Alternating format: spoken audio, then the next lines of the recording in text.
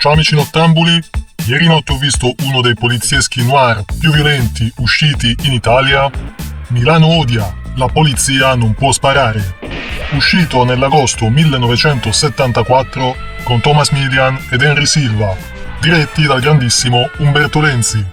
Qui Milian interpreta il suo personaggio più famoso, dopo il Monnezza e il Gobbo, cioè Giulio Sacchi, che collocherei al terzo posto almeno tra i suoi personaggi più riusciti.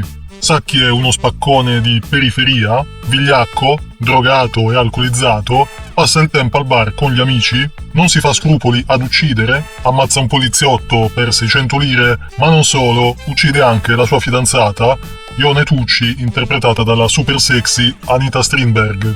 Sacchi è cinico fino all'incredibile, esemplare la battuta delle sigarette, è bravo a parlare, è un grande oratore e gli riesce bene di introttare due suoi compari, Ray Lovelock, Carmine, e Gino Santercole, che è Vittorio.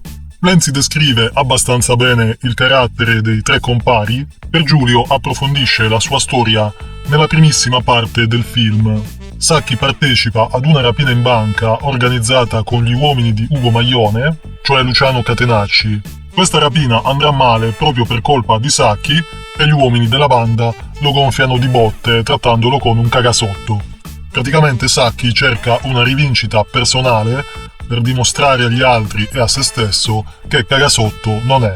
E qui inizia un'incredibile avventura con i compari Vittorio e Carmine. Sacchi qui diventa il boss. Gli altri due, più deboli di carattere, sono i gregari. Obbediscono alle direttive di Giulio. Carmine è il più debole, accetta di drogarsi ma ha paura che le pasticche gli facciano male e il giorno dopo gli viene la diarrea. Organizzano il rapimento di Marilù Porrino, cioè Laura Belli, figlia di un ricco industriale a scopo di riscatto. Un piano organizzato alla perfezione che a sorpresa riesce. Sacchi si rivela un outsider alla faccia di Maglione, che lo aveva maltrattato ed allontanato dalla sua banda, ma si metterà di mezzo il commissario della situazione, Walter Grandi, ovvero Henry Silva. Inizialmente la parte di Sacchi era pensata per lui, ma Milian si impose per il ruolo di criminale, forse una delle intuizioni più riuscite della sua carriera, si calò perfettamente nel ruolo, a quanto pare prese davvero pasticche o qualche tipo di stupefacente per essere più credibile, e lo è sicuramente. Un vero pazzo psicopatico, e Umberto Lenzi, come sempre, carica le scene di violenza il più possibile, una su tutte il massacro nella villa, con le vittime appese ad un lampadario e uccise con una sventagliata di mitra.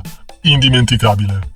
Un film da vedere non solo per la violenza, ma soprattutto per i dialoghi. I discorsi di Sacchi sono assolutamente memorabili, una serie di ragionamenti incredibilmente folli e lucidi che spaziano dalla vita in generale fino agli argomenti più pratici come alibi e riscatto.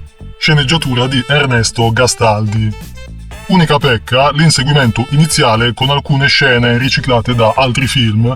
Erano dei pacchetti fatti direttamente dagli stuntman che venivano montati poi nei film di vari registi.